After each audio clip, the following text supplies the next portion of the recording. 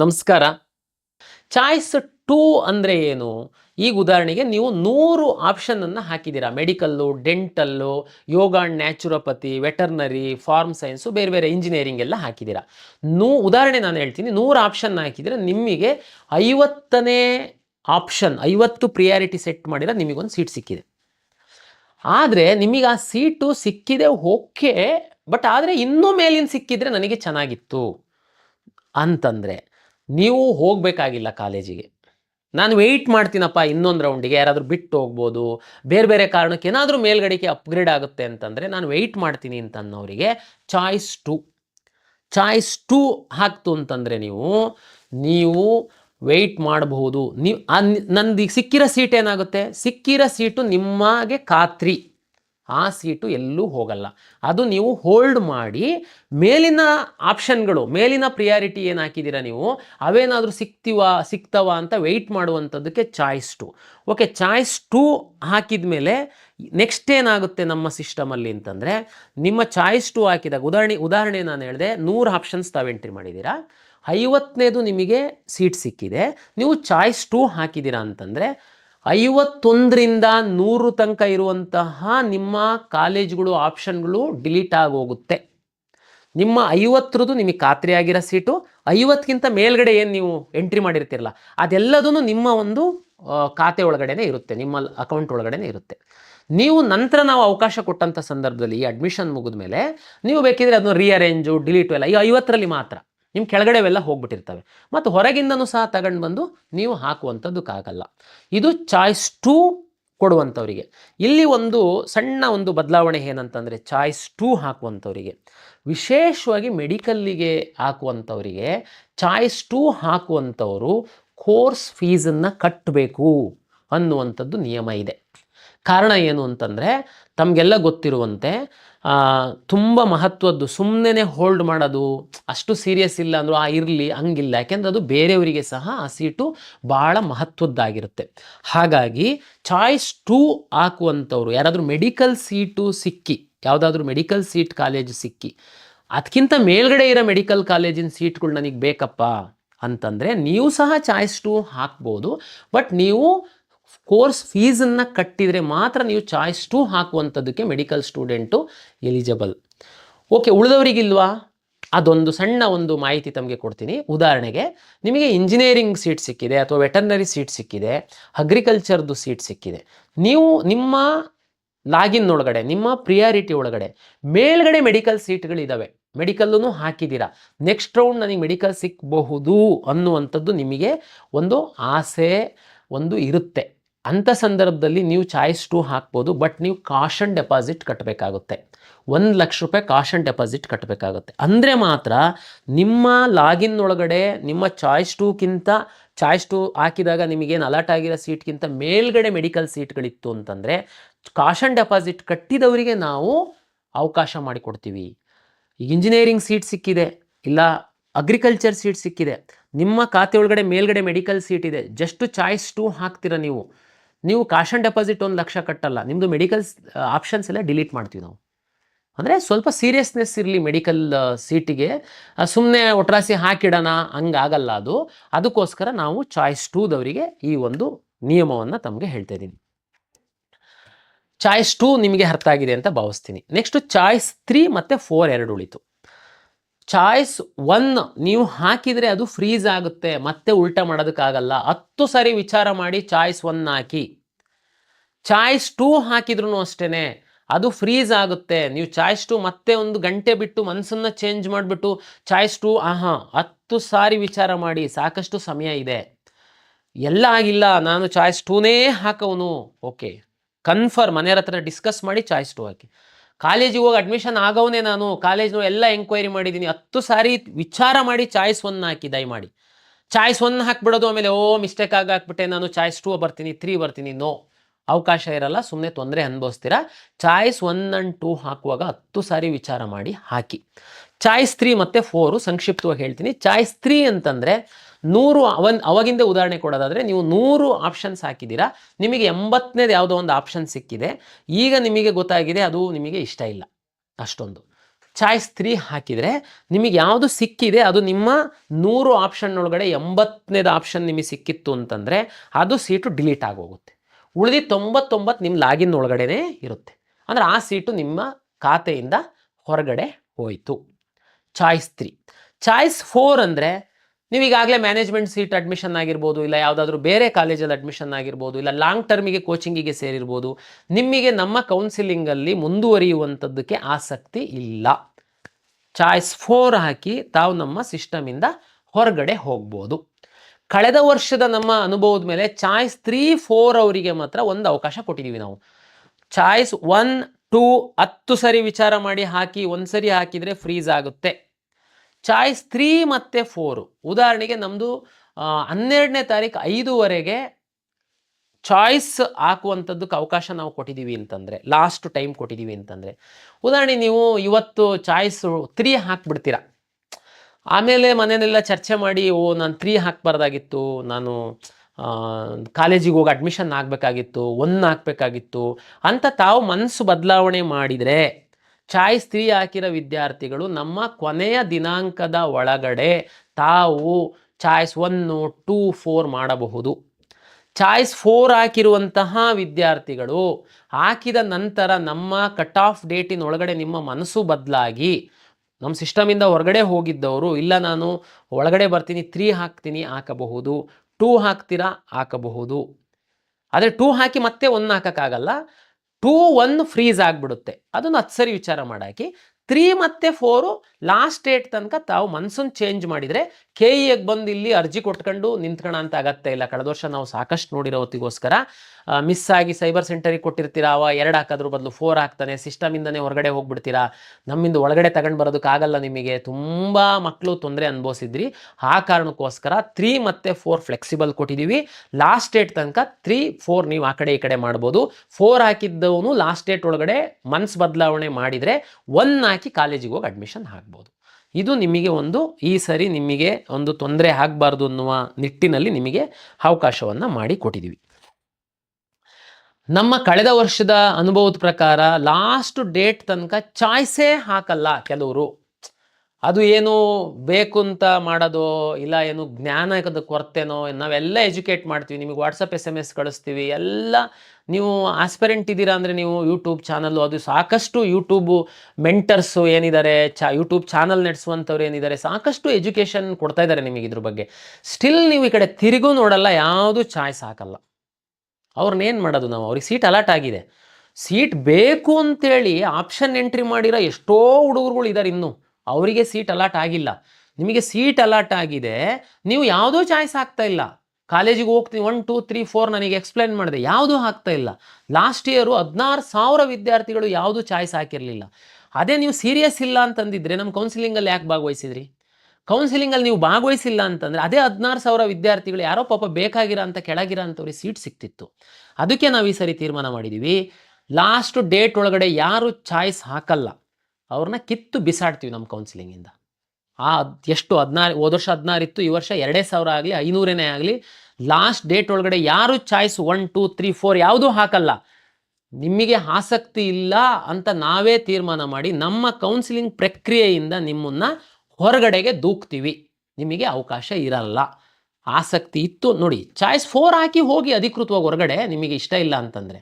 Option entry ಯಾಕೆ ಮಾಡಿದ್ರಿ ನೀವು ಇಷ್ಟ ಇಲ್ಲ ಅಂತಂದರೆ? ಇಲ್ಲಿ ಚಾಯ್ಸ್ ಹಾಕಿ ಅಂತಂದ್ರೆ ನೀವು ಈ ಕಡೆ ತಿರುಗಿ ನೋಡಲ್ಲ, ಇದು ಕ್ರಮ ಸರಿಯಲ್ಲ. ಬೇರೆ ಡಿಸರ್ವ್ ವಿದ್ಯಾರ್ಥಿಗಳು ಇನ್ನೂ ಲೈನಲ್ಲಿದ್ದರು, ಅವರಿಗೆ ಸಿಕ್ತಿತ್ತು. ಆ ಕಾರಣಕ್ಕೋಸ್ಕರ ಯಾರು ಚಾಯ್ಸ್ ಹಾಕಲ್ಲ ನಿಮ್ಮನ್ನು ಹೊರಗಡೆ ನಾವೇನೇ ದೂಕ್ತೀವಿ. ನಮ್ಮ ನೆಕ್ಸ್ಟ್ ನೀವು ಕೌನ್ಸಿಲಿಂಗ್ ಒಳಗಡೆ ಬರೋದಕ್ಕೆ ಅವಕಾಶ ನಾವು ಮಾಡಿಕೊಡಲ್ಲ. ಮತ್ತು ಇನ್ನೊಂದು ವಿಶೇಷವಾಗಿ ಕಳೆದ ವರ್ಷದ ಅನುಭವದ ಮೇಲೆ ನಾನು ಕೆಲವು ವಿದ್ಯಾರ್ಥಿಗಳು, ಅದರಲ್ಲಿ ನರ್ಸಿಂಗಿಗೆ ಸಂಬಂಧಪಟ್ಟಂತೆ, ಅಲೈಡ್ ಹೆಲ್ತ್ ಸೈನ್ಸಸ್ಸಿಗೆ ಸಂಬಂಧಪಟ್ಟಂಥ ವಿದ್ಯಾರ್ಥಿಗಳಿಗೆ ಒಂದು ಕಿವಿ ಮಾತು ಹೇಳಲಿಕ್ಕೆ ಇಚ್ಛೆ ಪಡ್ತೀನಿ. ದಯಮಾಡಿ ನೀವು ಕಾಲೇಜು ನೋಡದೆ ಆಪ್ಷನ್ ಎಂಟ್ರಿ ಮಾಡಿದ್ದು, ಈಗ ನಿಮಗೆ ಯಾವುದೋ ಒಂದು ಕಾಲೇಜು ಅಲಾಟ್ ಆಗಿದೆ ಅಂತಂದರೆ ಕಾಲೇಜಿಗೆ ಹೋಗ್ತೀನಿ ಅಂಥೇಳಿ ರಪ್ ಅಂತ ನೀವು ಚಾಯ್ಸ್ 1 ಹಾಕಿ ದುಡ್ಡು admission order seat confirmation slip ತಗೊಂಡು ಕಾಲೇಜಿಗೆ ಹೋಗುವಂಥದ್ದನ್ನು ಸಾಧ್ಯವಾದಷ್ಟು ಕಡಿಮೆ ಮಾಡಿ ಎನ್ನುವಂಥದ್ದು ನನ್ನ ವಿನಂತಿ. ಏನು ಹಿಂಗಂದರೆ, ನೀವು ಕಾಲೇಜ್ ನೋಡಿದ್ದೀರಾ, ಕ್ಲಾರಿಟಿ ಇದೆ, ಕಾಲೇಜ್ ಬಗ್ಗೆ ಎಲ್ಲ ಜ್ಞಾನ ಇದೆ, ನಿಮಗೆ ಏನು ಪ್ರಾಬ್ಲಮ್ ಇಲ್ಲ, ಕ್ಲಿಕ್ ಮಾಡಿ ಸೀಟ್ದು ಕನ್ಫರ್ಮೇಷನ್ ಸ್ಲಿಪ್ ತಗೊಳ್ಳಿ, ಹೋಗಿ ಅಡ್ಮಿಷನ್ ಆಗಿ. ಕಾಲೇಜೇ ಎಲ್ಲಿದೆ ಗೊತ್ತಿಲ್ಲ, ಕಾಲೇಜ್ ಹೇಗಿದೆ ಗೊತ್ತಿಲ್ಲ, ಸುಮ್ಮನೆ ಕಂಪ್ಯೂಟ್ರಲ್ಲಿ ನೋಡ್ಬಿಟ್ಟು ಆಪ್ಷನ್ ಎಂಟ್ರಿ ಮಾಡಿಬಿಟ್ಟಿದ್ದೀರಾ, ದಯಮಾಡಿ ನಂದು ಹೆಂಗಿದ್ರು ನಾವು ಒಂದು ವಾರ ಟೈಮ್ ಕೊಡ್ತಾ ಇದ್ದೀವಿ. ಇದು ನಿಮ್ಮ ಜೀವನದ ಬಹು ಮುಖ್ಯವಾದಂತಹ ಭಾಗ ಅಡ್ಮಿಷನ್. ಯಾಕೆಂದರೆ ನೀವು ಮುಂದೆ 3-4 ವರ್ಷ ಆ ಕಾಲೇಜಲ್ಲಿ ಇರಬೇಕಾಗುತ್ತೆ. ದಯಮಾಡಿ ನೀವು ಸಾಧ್ಯ ಆದರೆ ಒಂದು ಕಾಲೇಜಿಗೆ ವಿಸಿಟ್ ಮಾಡಿ ನೀವು ನೋಡಿ. ಯಾಕೆಂದರೆ ಆನ್ಲೈನ್ ಇದೆ, ನೀವು ಕಾಲೇಜ್ ಹತ್ರ ಹೋಗಿ ವಿಸಿಟ್ ಮಾಡಿ ಅಲ್ಲೇ. ಯಾಕೆಂದರೆ ನರ್ಸಿಂಗು ವಿಶೇಷವಾಗಿ ಅಲೈಡ್ ಹೆಲ್ತ್ ಸೈನ್ಸಸ್ಸಿಗೆ ನಾವೇನು ಫೀಸು ನಾವೇನು ಕಟ್ಟಿಸ್ಕೊಂತಿಲ್ಲ. ನೀವು ಜಸ್ಟ್ ನಮ್ಮ ಹತ್ರ ಏನು ಪ್ರೊಸೆಸಿಂಗ್ ಫೀಸ್ ಏನಿದೆ ಅದು ಕಟ್ತೀರಾ, ಸೀಟ್ಸ್ ಕನ್ಫರ್ಮೇಷನ್ ಸ್ಲಿಪ್ ತಗೊಂಡು ಕಾಲೇಜಿಗೆ ಹೋಗ್ತೀರಾ, ಕಾಲೇಜಲ್ಲಿ ಕಟ್ಟುವಂಥದ್ದು. ಅದು ಆನ್ಲೈನಲ್ಲಿ ಸಹ ನಿಮ್ಮ ಮೊಬೈಲಲ್ಲಿ ಸಹ ನೀವು ಮಾಡಿಬಿಡ್ಬೋದು ಅದನ್ನು. ಬಟ್ ನಮಗೆ ಯಾಕೆ ಇದನ್ನು ನಾನು ಹೇಳ್ತಾ ಇದ್ದೀನಿ ಅಂದರೆ, ಕಳೆದ ವರ್ಷ ಏನಾಗಿತ್ತು ನಮಗೆ ಅಂತಂದರೆ, ತುಂಬ ಮಕ್ಕಳು ಅಡ್ಮಿಷನ್ ಆರ್ಡರ್ ಡೌನ್ಲೋಡ್ ಮಾಡ್ಕೊಂಡು ಕಾಲೇಜಿಗೆ ಹೋಗ್ತಾಯಿದ್ರು. ಕಾಲೇಜಿಗೆ ಹೋಗಿ ಅವರು ಏನೋ ಕಾರಣಕ್ಕೆ ಅವರು ಫೀಸ್ ಜಾಸ್ತಿ ಕೇಳಿದರು ಅನ್ನೋದು ಕೆಲವು ಕಾರಣ, ಕಾಲೇಜ್ ಚೆನ್ನಾಗಿಲ್ಲ ಅನ್ನೋದು ಕೆಲವು ಕಾರಣ, ಅವರ ಮನೆಯಿಂದ ಆ ಕಾಲೇಜ್ ಹತ್ರ ಅಂತ ಹಾಕಿದ್ರು, ಆದರೆ ಕಾಲೇಜು ತುಂಬ ದೂರ ಇದೆ, ಬೇರೆ ಬೇರೆ ಕಾರಣ ಗೊತ್ತಲ್ಲ ನಿಮಗೆ. ಪೇರೆಂಟ್ಸು ಮಕ್ಕಳು ನೀವು ಅಡ್ಮಿಷನ್ ಇನ್ನೇನು ಆಗಿಬಿಡ್ಬೇಕು ಅಂದಾಗ ಬೇರೆ ಬೇರೆ ಕಾರಣಗಳು ಬರ್ತವೆ. ಆವಾಗ ನೀವು ಅಡ್ಮಿಷನ್ ಆರ್ಡರ್ ಡೌನ್ಲೋಡ್ ಮಾಡ್ಕೊಂಡಿರೋರು KEಗೆ ಬರೋಕ್ಕೆ ಶುರು ಮಾಡಿದ್ರಿ. ಸರ್ ನಾನು ಕ್ಯಾನ್ಸಲ್ ಮಾಡಿ ಸರ್, ಕಾಲೇಜ್ ಇಷ್ಟ ಇಲ್ಲ ಸರ್, ಕ್ಯಾನ್ಸಲ್ ಮಾಡಿ ಸರ್, ನಮ್ಮ ಮನೆಯಿಂದ ದೂರ ಆಗುತ್ತೆ ಸರ್, ಕ್ಯಾನ್ಸಲ್ ಮಾಡಿ ಸರ್, ಅಲ್ಲಿ ಕಾಲೇಜಲ್ಲಿ ಹೋದರೆ ಏನೇನೋ ಕೇಳ್ತಾ ಇದ್ದಾರೆ ನಮಗೆ, ಕಲಿಯೋಕ್ಕಾಗಲ್ಲ ಸರ್. ಅದಕ್ಕೇ ನಾನು ವಿನಂತಿ ಮಾಡ್ಕೊಳ್ತೀನಿ ನೋಡಿ. ಆಮೇಲೆ ನಾವು ಮಾಡೋಕ್ಕಾಗಲ್ಲ, ಒಂದ್ಸರಿ ತಾವು ಡೌನ್ಲೋಡ್ ಮಾಡ್ಕೊಂಡಾದ್ಮೇಲೆ ನಿಮ್ಗೆ ಕ್ಯಾನ್ಸಲ್ ಮಾಡೋದಕ್ಕಾಗಲ್ಲ, ನಿಮ್ಮನ್ನು ಒಳಗಡೆ ಸಿಸ್ಟಮಿಗೆ ಬಿಟ್ಕೊಂಡು ತುಂಬ ಗೊಂದಲ ಆಗ್ಬಿಡುತ್ತೆ. ಅದಕ್ಕೇ ನಾನು ನಿಮ್ಮಲ್ಲಿ ವಿನಂತಿ ಮಾಡ್ಕೊಂಡು, ಟೈಮ್ ಇದೆ, ಒಂದು ವಾರದ ತನಕ ಟೈಮ್ ಇದೆ, ನಿಮ್ಮ 3-4 ವರ್ಷ ನೀವು ಆ ಕಾಲೇಜಲ್ಲಿ ಕಳಿಬೇಕು. ಕಾಲೇಜ್ ಬಗ್ಗೆ ಸ್ವಲ್ಪ ತಿಳ್ಕೊಂಡು ನೀವು ಇಲ್ಲ ಅಂತಂದರೆ ಸರ್, ಇಲ್ಲ ಅಂತಂದರೆ ನಂಗೆ ಕಾಲೇಜ್ ಇಷ್ಟ ಆಗಿಲ್ಲ ನೋಡಿ. ಚಾಯ್ಸ್ ಹಾಕೋದಕ್ಕೆ ಮೊದಲೇ ನಿಮಗೆ ಆ ಕಾಲೇಜ್ ಇಷ್ಟ ಆಗಲ್ಲ ಅಂತಂದರೆ ನೀವು ಚಾಯ್ಸ್ 3 ಹಾಕ್ಬೋದಾ? ಅವಕಾಶ ಇದೆ. ಆ ಕಾಲೇಜ್ ಹೊರಟೋಗುತ್ತೆ ನಿಮ್ಮ ಲಾಗಿನಿಂದ, ನೆಕ್ಸ್ಟ್ ರೌಂಡಿಗೆ ನೀವು ಬರ್ಬೋದು, ಅದು ಅವಕಾಶ ನಾವು ಕೊಟ್ಟಿದ್ದೀವಿ. ಬಟ್ ನೀವು ಅಡ್ಮಿಷನ್ ಆರ್ಡ್ರನ್ನ ಸೀಟ್ ಕನ್ಫರ್ಮೇಷನ್ ಸ್ಲಿಪ್ ತಗೊಂಡು ಕಾಲೇಜಿಗೆ ಹೋಗಿ ಆಮೇಲೆ ಕ್ಯಾನ್ಸಲ್ ಅಂತಂದರೆ ನೀವು ಇಲ್ಲಿ 10 ಸಾರಿ ಬರೋದು, ನಮ್ಮ ಸಿಸ್ಟಮ್ ಒಳಗಡೆ ಅದು ಮಾಡೋದಕ್ಕೆ ನಮಗಾಗಲ್ಲ. ತುಂಬಾ ನಮಗೆ ಕಷ್ಟ ಕೊಟ್ಟಿದ್ದೀರ ಲಾಸ್ಟ್ ಇಯರ್. ದಯಮಾಡಿ ವಿನಂತಿಯನ್ನು ಮಾಡಿಕೊಳ್ತೀನಿ, ತಕ್ಷಣ ಕಾರ್ಯಪ್ರವೃತ್ತರಾಗಿ. ಯಾರ್ಯಾರಿಗೆ ಯಾವ್ಯಾವ ಸೀಟ್ ಸಿಕ್ಕಿದೆ, 3 ವರ್ಷ ಕಲಿಯುವಂಥದ್ದು, ಕಾಲೇಜು ಹಿನ್ನೆಲೆ, ಕಾಲೇಜ್ ನೋಡೋದಿದ್ರೆ ನೋಡಿ, ತಂದೆ ತಾಯಿ ಕರ್ಕೊಂಡೋಗಿ ಸೂಕ್ತ ತೀರ್ಮಾನ ತಗೊಳ್ಳಿ. ಅಲ್ಲೇ ಕವಿಯನ್ ಆನ್ಲೈನ್ ಇದೆ, ಕಾಲೇಜಿಗೆ ಹೋಗ್ತೀರಾ, ಎಲ್ಲ ಇಷ್ಟ ಆಯಿತು, ಚಾಯ್ಸ್ ಅಲ್ಲೇ ಹಾಕಿ, ಅಲ್ಲೇ ಡೌನ್ಲೋಡ್ ಮಾಡ್ಕೊಳ್ಳಿ, ಅಲ್ಲೇ ಅಡ್ಮಿಷನ್ ಆಗಿ ಮುಗ್ದೋಯ್ತು ಅಷ್ಟೇ. ಭಾಳ ಸಿಂಪಲ್ ಮಾಡಿದ್ದೀವಿ ನಾವು. ಇದನ್ನು ಜ್ಞಾನದಲ್ಲಿ ಇಟ್ಕೊಳ್ಳಿ. ಸುಮಾರು ಇಂಜಿನಿಯರಿಂಗ್ ಕಾಲೇಜ್ ವಿದ್ಯಾರ್ಥಿಗಳಿಗೂ ಸಹ ಇದು ಅನ್ವಯಿಸುತ್ತೆ. ತಾವು ಸಹ ಎಲ್ಲರೂ ನಾನು ಹೇಳೋದು, ನೀವು ಸ್ಟಡಿ ಮಾಡಿ. ವಿಶೇಷವಾಗಿ ನರ್ಸಿಂಗ್ ಅಲೈಡ್ ಹೆಲ್ತ್ ಸೈನ್ಸಸ್ ಹೇಳಿದೆ, ಉಳಿದಂಥವ್ರು ತಾವು ಕಾಲೇಜ್ ಬಗ್ಗೆ ಸ್ಟಡಿ ಮಾಡಿ ನೀವು ಚಾಯ್ಸ್ ಹಾಕಿ ಸ್ಟಡಿ ಮಾಡೋಕ್ಕೆ ಹೋಗಬೇಡಿ. ಚಾಯ್ಸ್ ಹಾಕ್ಬಿಟ್ಟು ಆಮೇಲೆ ಕಾಲೇಜ್ ಇಷ್ಟ ಇಲ್ಲ, ಉಲ್ಟಾ ಮಾಡೋಕ್ಕಾಗಲ್ಲ. 3-4 ಮಾತ್ರ, 1 and 2 ಫ್ರೀಸ್ ಆಗುತ್ತೆ. ಮತ್ತೆ ಹೇಳ್ತಾ ಇದ್ದೀನಿ. ಓಕೆ, ಅಂತಿಮವಾಗಿ ನಾನು ಮೆಡಿಕಲ್ ವಿದ್ಯಾರ್ಥಿಗಳಿಗೆ ಸಂಬಂಧಪಟ್ಟಂತೆ ಒಂದು ಮಾತು ಹೇಳಲಿಕ್ಕೆ ಇಚ್ಛೆ ಪಡ್ತೀನಿ. MCC ಅವರು ಫಸ್ಟ್ ರೌಂಡ್ ಮಾಡಿದ ಮೇಲೆ KE ಅವರು ಫಸ್ಟ್ ರೌಂಡ್ ಮಾಡಬೇಕು. ಬಟ್ ಈಗ MCC ಅವರು ನಿನ್ನೆ ಮತ್ತೆ ಸಹ 2 ದಿನ ಎಕ್ಸ್ಟೆಂಡ್ ಮಾಡಿದ್ದಾರೆ. ಬಟ್ ನಾವು ರಿಸಲ್ಟನ್ನು ಪಬ್ಲಿಷ್ ಮಾಡಿದ್ದೀವಿ. ಈ ಹಿಂದಿನ ವಿಡಿಯೋದಲ್ಲೇ ನಾನು ಹೇಳಿದ್ದೀನಿ, ಫಸ್ಟು ರೌಂಡಲ್ಲಿ ನಮ್ಮ ರಿಸಲ್ಟು ಅವರ ರಿಸಲ್ಟು ಸೈಮಲ್ಟೇನಿಯಸ್ಲಿ ಒಟ್ಟೊಟ್ಟಿಗೆ ಬಿಟ್ಟರೆ, ಹಿಂದೆ ಮುಂದೆ ಬಿಟ್ಟರೆ ಯಾವ ವಿದ್ಯಾರ್ಥಿಗಳಿಗೂ ಏನು ಪ್ರಾಬ್ಲಮ್ ಇಲ್ಲ. ಆದರೆ ಒಂದು ಪ್ರಾಬ್ಲಮ್ ಇದೆ. ಏನಂದರೆ, ನಾನೇನಾದ್ರೂ ಮೆಡಿಕಲ್, ಈಗ ಸದ್ಯಕ್ಕೆ ನಾವು ನೀಟ್ ರ್ಯಾಂಕ್ ಆಧರಿಸಿ ಅಡ್ಮಿಷನ್ ಆಗುವಂತಹ ಮೆಡಿಕಲ್, ಡೆಂಟಲ್, ಹೋಮಿಯೋಪತಿ ಈ 3ಕ್ಕೆ ನಾನು ಸೀಟ್ ಅಲಾಟ್ ಮಾಡಿದ್ದೀನಿ. ನಾನು ನಾಳೆಯಿಂದ ಏನಾದರೂ ಅಡ್ಮಿಷನ್ ಕೊಟ್ಬಿಡ್ತು ಅಂತಂದರೆ, ಇನ್ನು MCCದ ರಿಸಲ್ಟ್ ಬಂದಿಲ್ಲ, ನಮ್ಮ ಕನ್ನಡಿಗರಿಗೆ ಅನ್ಯಾಯ ಆಗುತ್ತೆ. ಆ ಕಾರಣಕ್ಕೋಸ್ಕರ ನಾನು ನಾಳೆಯಿಂದ ಈ 3 ಮೆಡಿಕಲ್ಲು, ಡೆಂಟಲ್ಲು ಮತ್ತು ಹೋಮಿಯೋಪತಿ ನೀಟ್ ರ್ಯಾಂಕ್ ಆಧರಿಸಿ ನಾನೇನು ರಿಸಲ್ಟನ್ನು ಮಾಡಿದ್ದೀನಿ, ಇದನ್ನು ನಾನು ಅಡ್ಮಿಷನ್ನಿಗೆ ಎನೇಬಲ್ ಮಾಡಲ್ಲ. ಯಾವಾಗ MCC ಅವ್ರದ್ದು first round real result publish ಆಗುತ್ತೆ, ಅದು ಆದಮೇಲೆ 1 ದಿನ ನಿಮಗೆ ವಿಚಾರ ಮಾಡೋದಕ್ಕೆ ಕೊಟ್ಟು ನಾನು ಇದನ್ನು ಅಡ್ಮಿಷನ್ ಎನೇಬಲ್ ಮಾಡ್ತೀನಿ. ಈಗ ಮೆಡಿಕಲ್, ಡೆಂಟಲ್, ಹೋಮಿಯೋಪತಿ ನೀವು ಸೀಟ್ ಸಿಕ್ಕಿರೋದು ನೋಡ್ಕೊಳ್ಳಿ, ಖುಷಿಯಾಗಿ ಇರಿ, ವಿಚಾರ ಮಾಡ್ತಾಯಿರಿ, ಥಿಂಕ್ ಮಾಡ್ತಾಯಿರಿ. ನಿಮಗೆ ಯಾವುದು ಚಾಯ್ಸನ್ನು ನಾನು ಕೊಡಲ್ಲ. MCC ಅವ್ರ ರಿಸಲ್ಟ್ ಅನೌನ್ಸ್ ಮಾಡಿದ 1 ದಿನದ ನಂತರ ನಿಮಗೆ ಇದನ್ನು ನಾನು ಎನೇಬಲ್ ಮಾಡ್ತೀನಿ. ಆವಾಗ ಮಾತ್ರ ಅಡ್ಮಿಷನ್ ಆಗುವಂಥದ್ದಕ್ಕೆ ಅವಕಾಶ ಇದೆ. ಅಲ್ಲಿ ಸಹ ನಾನು ಒಂದು ಕನ್ನಡಿಗ ವಿದ್ಯಾರ್ಥಿಗಳಿಗೆ ಒಂದು ಕಿವಿ ಮಾತನ್ನು ಹೇಳ್ತೀನಿ. ತಮಗೆಲ್ಲರಿಗೂ ಗೊತ್ತಿದೆ, ಸರ್ಕಾರಿ ಮೆಡಿಕಲ್ ಕಾಲೇಜಲ್ಲಿ 15% ಸೀಟ್ಗಳನ್ನ MCC ಅವರು ಅಲಾಟ್ ಮಾಡ್ತಾರೆ. ನೀವು ಮೆರಿಟೋರಿಯಸ್ ವಿದ್ಯಾರ್ಥಿಗಳೇನಿದ್ದೀರಾ, ನೀವು MCCನಲ್ಲೂ ಪಾರ್ಟಿಸಿಪೇಟ್ ಮಾಡಿದ್ದೀರಾ, ನಮ್ಮಲ್ಲೂ ಪಾರ್ಟಿಸಿಪೇಟ್ ಮಾಡಿದ್ದೀರಾ. ನಿಮಗೆ ನಮ್ಮಲ್ಲೂ ಸೀಟ್ ಸಿಕ್ಕಿದೆ. ಬಹುತೇಕ ನಿಮ್ಮ ರ್ಯಾಂಕ್ ಚೆನ್ನಾಗಿತ್ತು ಅಂತಂದರೆ ನಾಳೆ MCCನಲ್ಲಿ ಸಹ ಸಿಗುತ್ತೆ. ನನ್ನ ವಿನಂತಿ ಏನಂತಂದರೆ, ಏನು ಡಿಫರೆನ್ಸ್ ಇಲ್ಲ, ಜಸ್ಟ್ ಸೀಟ್ ಅವ್ರು ಅಲಾಟ್ ಮಾಡ್ತಾ ಇದ್ದಾರೆ, ಇಲ್ಲಿದ್ದು ಉಳಿದಿದ್ದು 85% ನಾನು ಸೀಟ್ ಅಲಾಟ್ ಮಾಡ್ತಾ ಇದ್ದೀನಿ. ರಾಜೀವ್ ಗಾಂಧಿ ಯೂನಿವರ್ಸಿಟಿದೇನೇ ಅಫಿಲಿಯೇಷನ್ನು, ನಾನು medical college, government medical college 15% ಬಗ್ಗೆ ಹೇಳ್ತಾ ಇದ್ದೀನಿ. ಏನೇನು ಕಾಲೇಜ್ ಅದೇನೆ, ಅಫಿಲಿಯೇಷನ್ ರಾಜೀವ್ ಗಾಂಧಿ ಇದೆ, ಅಲಾಟ್ ಅಷ್ಟೇ ಅವ್ರು ಮಾಡ್ತಾರೆ, ಇಲ್ಲಿಂದ 85% ನಾನು ಮಾಡ್ತೀನಿ. ನೀವು ಯಾರು MCCನಲ್ಲೂ ಸೀಟ್ ಸಿಕ್ಕಿ KENಲ್ಲೂ ಸೀಟ್ ಸಿಕ್ಕಿರೋ ವಿದ್ಯಾರ್ಥಿಗಳಿಗೆ ವಿನಂತಿ ಏನಂತಂದರೆ, ನೀವು ವಿಚಾರ ಮಾಡಿ MCC ನೀವು ಎಲ್ಲಿ ಬೇಕಾದರೂ ಅಡ್ಮಿಷನ್ ಆಗ್ಬೋದು, ನಾನು ಇಲ್ಲ ಅಂತ ಹೇಳ್ತಾ ಇಲ್ಲ, ಬಟ್ ಆದರೆ ಒಂದು ವಿನಂತಿ ಇದೆ ನನ್ನ ಕಡೆಯಿಂದ, ತಾವು ದಯಮಾಡಿ MCCಯಿಂದ ಅಲಾಟ್ ಆಗಿರೋ ಸೀಟಲ್ಲಿ ಅಡ್ಮಿಷನ್ ಆಗಿ ಎನ್ನುವಂಥದ್ದು ನನ್ನ ವಿನಂತಿ. ನಿಮ್ಗಿಂತ ಸ್ವಲ್ಪ ರ್ಯಾಂಕ್ ಕಡಿಮೆ ಇರುವಂತಹ ನಿಮ್ಮ ಕರ್ನಾಟಕದ ಸಹೋದರ ಸಹೋದರಿಯರು ನಿಮ್ಗಿಂತ ಕೆಳಗಡೆ ಕ್ಯೂನಲ್ಲಿದ್ದಾರೆ. ನೀವು ಒಂದು ವೇಳೆ MCC 15%ಅಲ್ಲಿ ತಾವು ಅಡ್ಮಿಷನ್ ಆದಲ್ಲಿ ನಿಮ್ಮ ಇನ್ನೊಂದು ಸಹೋದರ ಸಹೋದರಿ ಕನ್ನಡಿಗರಿಗೆ ಒಂದು ಅವಕಾಶ ಸಿಗುತ್ತೆ. ಇದು ಒಂದು ವಿನಂತಿ, ಯಾಕೆಂದರೆ ಡಿಫ್ರೆನ್ಸ್ ಏನೂ ಇಲ್ಲ.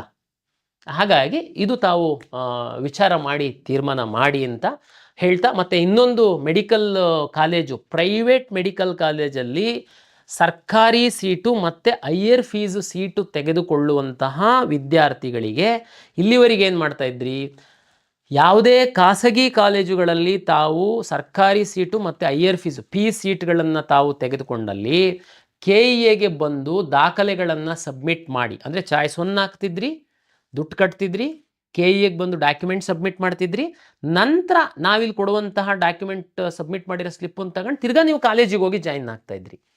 ನೋಡಿ, ಉದಾಹರಣೆಗೆ ಬೀದರ್ ಒಬ್ಬ ವಿದ್ಯಾರ್ಥಿಗೆ ಕಲಬುರಗಿ ಮೆಡಿಕಲ್ ಪ್ರೈವೇಟ್ ಕಾಲೇಜಲ್ಲಿ ಗೌರ್ಮೆಂಟ್ ಸೀಟ್ ಸಿಕ್ಕಿದೆ ಅಂದರೆ ಬೀದರಿಂದ ಬೆಂಗಳೂರಿಗೆ ಬಂದು ಇಲ್ಲಿ ಡಾಕ್ಯುಮೆಂಟ್ ಸಬ್ಮಿಟ್ ಮಾಡಿ ತಿರ್ಗಾ ಮತ್ತೆ ನೀನು ಕಲಬುರಗಿಗೆ ಹೋಗಬೇಕಾಗಿತ್ತು. ನಾವಿದನ್ನು ಮಾನ್ಯ ವೈದ್ಯಕೀಯ ಸಚಿವರೊಂದಿಗೆ ಈ ಬಗ್ಗೆ ನಾನು ಮನವರಿಕೆ ಮಾಡಿಕೊಟ್ಟಿದ್ದಾಗ ಅವರು ಸಹ ಒಪ್ಪಿದ್ದಾರೆ. ಈ ಹಿಂದೆ ಇದನ್ನು ಯಾಕೆ ಮಾಡಿದ್ರು ಅಂತಂದರೆ ತಮಗೆಲ್ಲ ಗೊತ್ತಿತ್ತು, ಒಂದಷ್ಟು ಬ್ಲಾಕಿಂಗು ಅದು ಇದು ಎಲ್ಲ ಆಗ್ತಿತ್ತು ಅಂತ. ಬಟ್ ಈಗೆಲ್ಲ ತಮ್ಗೆ ಗೊತ್ತಿದೆ, ನಿಯಮ ಚೇಂಜ್ ಆಗಿದೆ. ಒಂದು ಸೀಟ್ ಉಳಿದ್ರೂ ಸಹ ಅದು KEAಗೆ ಬರಬೇಕು, KEA ಅವರು ಅಲಾಟ್ ಮಾಡುವಂಥದ್ದು. ಹಾಗಾಗಿ ಈಗ ಯಾರು ಬ್ಲಾಕು ಅದು ಇದು ಮಾಡುವಂಥದ್ದು ಪ್ರಶ್ನೆನೇ ಇಲ್ಲ. ಹಾಗಾಗಿ ಯಾರಿಗೆ ಪ್ರೈವೇಟ್ ಕಾಲೇಜಲ್ಲಿ ಗೌರ್ಮೆಂಟ್ ಸೀಟ್ ಸಿಕ್ಕಿದೆ ಮತ್ತು ಹೈಯರ್ ಫೀಸಿನ ಸೀಟ್ ಸಿಕ್ಕಿರುವಂಥವರು ಈ ಬಾರಿ ತಾವು ಕಷ್ಟಪಟ್ಟು KEAಗೆ ಬಂದು ದಾಖಲೆಯನ್ನು ಸಬ್ಮಿಟ್ ಮಾಡಿ ಕಾಲೇಜಿಗೆ ಹೋಗುವಂತಹ ಅಗತ್ಯ ಇಲ್ಲ. ತಾವು ಚಾಯ್ಸ್ 1 ಹಾಕಿ ದುಡ್ಡು ಕಟ್ಟಿ ನೇರವಾಗಿ ಕಾಲೇಜಿಗೆ ಹೋಗಿ ಅಲ್ಲಿ ಮೂಲ ದಾಖಲೆಗಳನ್ನು ಕೊಟ್ಟು ಅಡ್ಮಿಷನ್ ಮಾಡಿಕೊಳ್ಳುವಂತಹ ಒಂದು ವ್ಯವಸ್ಥೆಯನ್ನು ನಾವು ಈ ಬಾರಿ ಮಾಡಿದ್ದೀವಿ. ಇದು ತಮಗೆ ಒಂದು ಅನುಕೂಲ ಆಗುತ್ತೆ ಅಂತ ನಾನು ಭಾವಿಸಿದ್ದೀನಿ. ಇಷ್ಟು ಕರ್ನಾಟಕ ಪರೀಕ್ಷಾ ಪ್ರಾಧಿಕಾರದ ವತಿಯಿಂದ ಮೊದಲ ಸುತ್ತಿನ ಫಲಿತಾಂಶದ ನಂತರ ವಿದ್ಯಾರ್ಥಿಗಳು ಏನು ಮಾಡಬೇಕಾಗಿದೆ ಅನ್ನುವಂತಹ ಒಂದು ವಿಷಯವನ್ನು ಸಂಕ್ಷಿಪ್ತವಾಗಿ ನಾನು ನಿಮಗೆ ಇಲ್ಲಿ ಹೇಳಿದ್ದೀನಿ. ಹೆಚ್ಚಿನ ಇನ್ನೂ ಮಾಹಿತಿ ಬೇಕು ಅಂತಂದರೆ ತಾವು ನಮ್ಮ ವೆಬ್ಸೈಟಲ್ಲಿ ನೋಡಿ ವಿವರವಾದಂತಹ ಒಂದು ಬ್ರೋಷರನ್ನು ನಾವು ಪಬ್ಲಿಷ್ ಮಾಡಿದ್ದೀವಿ. ಮತ್ತೊಮ್ಮೆ ನಾನು ಎಲ್ಲರಿಗೆ ವಿನಂತಿಯನ್ನು ಮಾಡಿಕೊಳ್ತೀನಿ, ತಾಳ್ಮೆಯಿಂದ ಇರಿ, ಸಾಕಷ್ಟು ಸಮಯವನ್ನು ಕೊಡ್ತೀವಿ. ಪೇರೆಂಟ್ಸ್ ಜೊತೆ ವಿದ್ಯಾರ್ಥಿಗಳು ವಿಚಾರ ಮಾಡಿ ಈ ಚಾಯ್ಸ್ ಹಾಕುವಂತಹ ಕೆಲಸವನ್ನು ಮಾಡಿ ಅಂತೇಳಿ ಎಲ್ಲರಲ್ಲಿ ವಿನಂತಿಯನ್ನು ಮಾಡಿಕೊಳ್ತಾ, ಕರ್ನಾಟಕ ಪರೀಕ್ಷಾ ಪ್ರಾಧಿಕಾರದ ವತಿಯಿಂದ ಈಗ ಏನು ಮೊದಲ ಸುತ್ತಿನಲ್ಲಿ ತಮ್ಮ ಇಚ್ಛೆಯಂತೆ ಸೀಟು ಪಡೆದಿರುವಂತಹ ಎಲ್ಲ ವಿದ್ಯಾರ್ಥಿಗಳಿಗೆ ಒಂದು ಶುಭವನ್ನು ಕೋರ್ತಾ ಮತ್ತೊಮ್ಮೆ ತಮಗೆಲ್ಲರಿಗೂ ಪ್ರಾಧಿಕಾರದ ವತಿಯಿಂದ ನಮಸ್ಕಾರಗಳು.